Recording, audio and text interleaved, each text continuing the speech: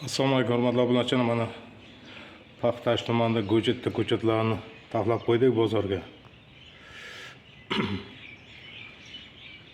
Mana shu fevralda 15lariga ikkilarda degan bir ikkisa bo'ladi degan bir niyat bilan aloq turibmiz.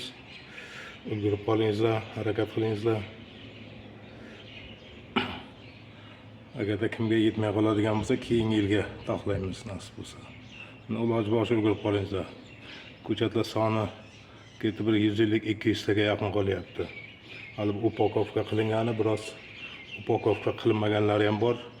Nariyoqqa общая massa 200 ta ziyodroq bor. Ulgurib qolingizlar, kam qoldi. Mana ko'chatlarimizga keladigan bo'lsak, qalinligi bir ruchkaday, qalamday, undan ingichkaroq. Bo'yini uzunligiga keladigan bo'lsak, bir 35-40 santimetrlarda juda ham uzun emas. Chunki uzun bo'yicha qo'yadigan bo'lsak, uni pochtada joylashtirish qiyin ekan. O'sha uchun bo'yini ular belgilab berdi, shunchalar uzunlikda bo'lsin, jo'natib yuboramiz deb. Qarangizlar, e'tibor qilingizlar, ulgurib qolishga.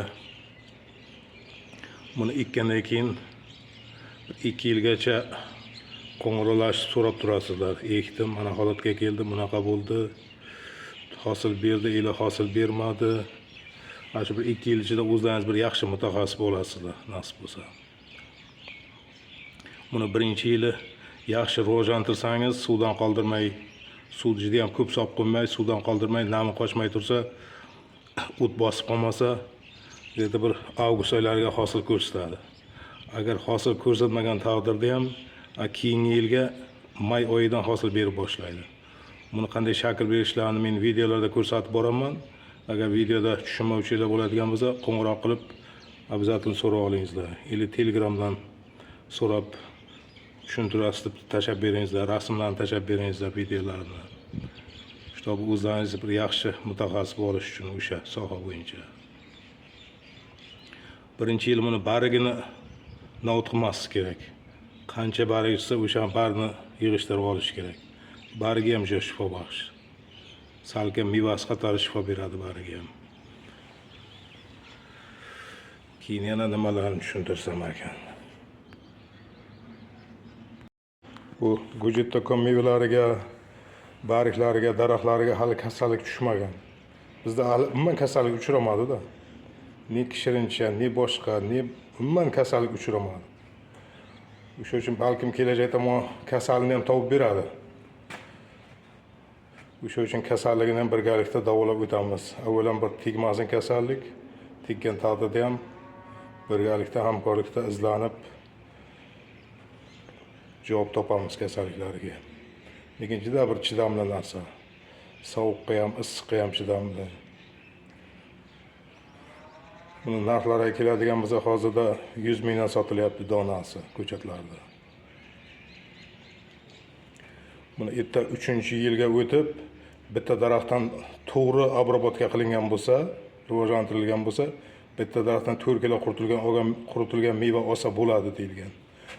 U 4 kilo quritilgan mevani olish uchun 16 kilo ho'l mevadan 4 kilo qoladi. 4 ga 1 quriydi-da.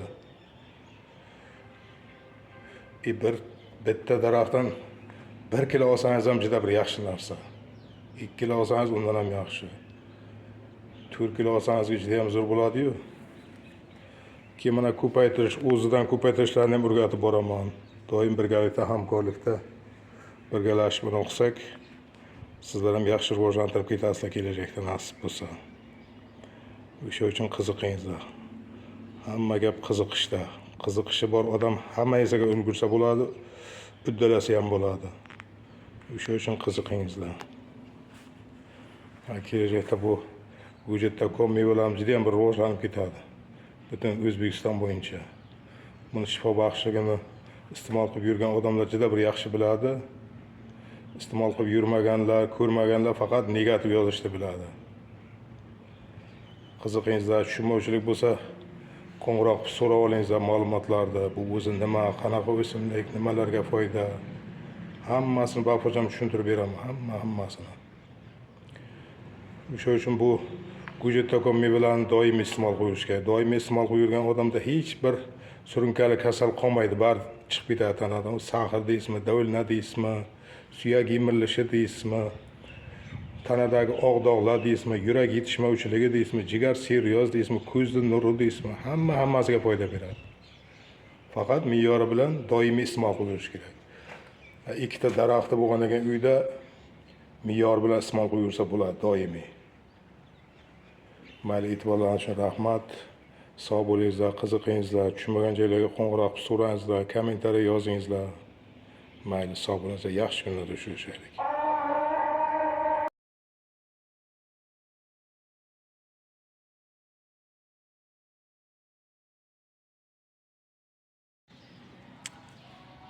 Assalomu alaykum hurmatli obunachilar. Mana bugun Gujettakon mevalarini bozorga chiqarishdan oldin bir sira xashak-xushaklardan tozalab olamiz. Chunchuq jegani bo'ladi, bir yarim xashak-xushaklari bo'ladi. O'shalardan bir sira tozalab, keyin bozorga chiqaramizda.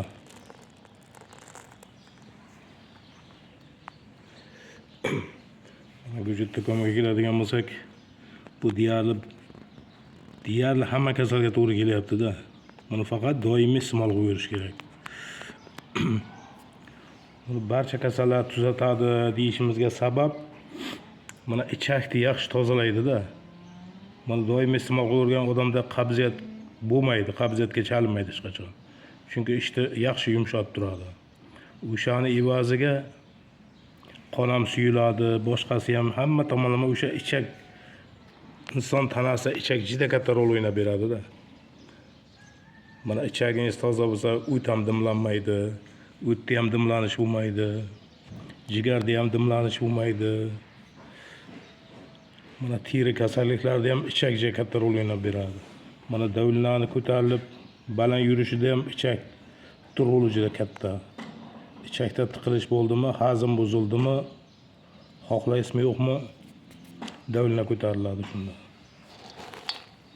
Agar shu ichaklaringiz toza bo'lib, hazm yaxshi bo'lsa, ich qotmasa, qonni yaxshi suyultirsa, immunitet yaxshi ko'tarsa, qon aylanishi yaxshi bo'lsa, jigarlar toza bo'lsa, modda almashuvini yaxshilayapti deymiz.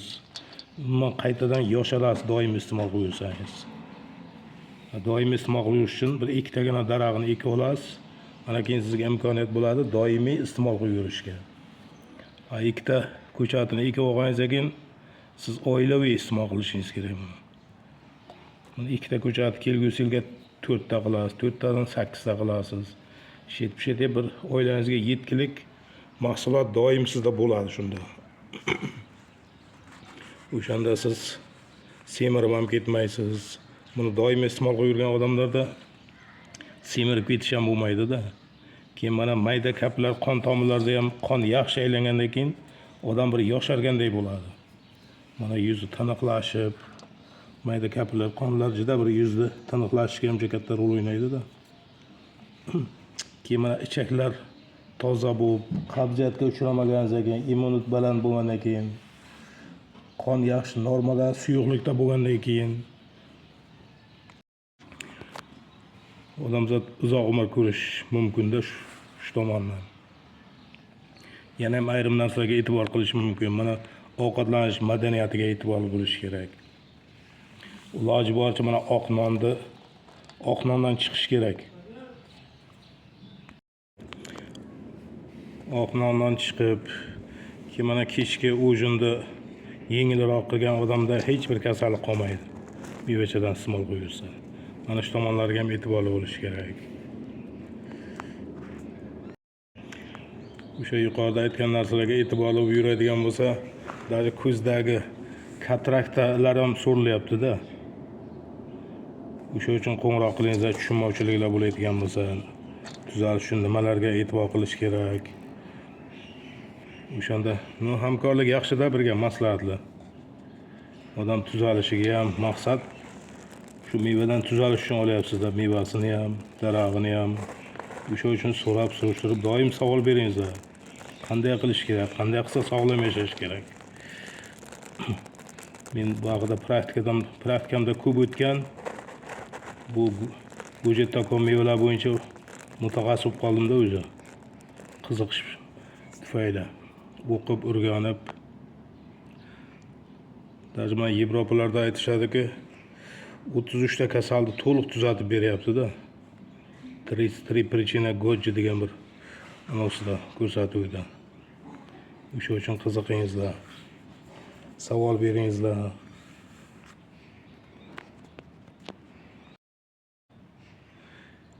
Buni iste'mol qilganda ham qanday ertalab ovqatlarda 15 gramm o'zini yesa ham bo'laveradi. Mana qaynagan suvga dimlab iste'mol qilingani effekti yaxshi deyapti. Ertalab ovqatlarda 15 gramm, obedga ovqatlarda 15 gramm. Kechga iste'mol qilinmaydi. Chunki kunduzi iste'mol qilinganingiz 2 mahal. Kechga uyquni yaxshilaydi degan. Kechqurun iste'mol qiladigan bo'lsangiz uyquni qochiradi degan. O'sha uchun uyquga kechga iste'mol qilmaslik kerak. Odamni qandaydir bir tetiklashtiradi hamda, energiya beradi deyilgan. Iste'mol qilib yurgan odamda. Charchoqni ko'p sezmaydi. Mana odamning charchashiga sabab inson charchadimi bu молочный kislotani ishlab chiqish ko'payib ketayotganda. Bu tanada молочный kislotani ishlab chiqishini kamaytirar ekan. Odam ko'p charchoq sezmaydi. O'sha uchun buni chetda sportsmenlar ko'p qabul qilayotganda. Shu charchoqni sezmaslik uchun. Yana nimalarni aytsa ekan. Iste'mol qilingizlar, sog'lom yashayman desangizlar. Avvalan bir qiziqingizlar. Qiziqishni o'zi ko'p narsani hal qiladi. O'shani ekaman, o'shandan foydalanaman, o'shandan iste'mol qilib yuraman deb qiziqib eksangizlar, rivojlantirib ham ketasiz. Doimiy iste'molni yo'lga ham qo'yib olasiz. O'shanda sog'lom ham yashaysiz, uzoq umr ko'rasiz. Mayli, e'tiborlaringiz uchun rahmat. Kasal bo'lmangizlar, doim sog' bo'lingizlar. Qo'ng'iroq turingizlar.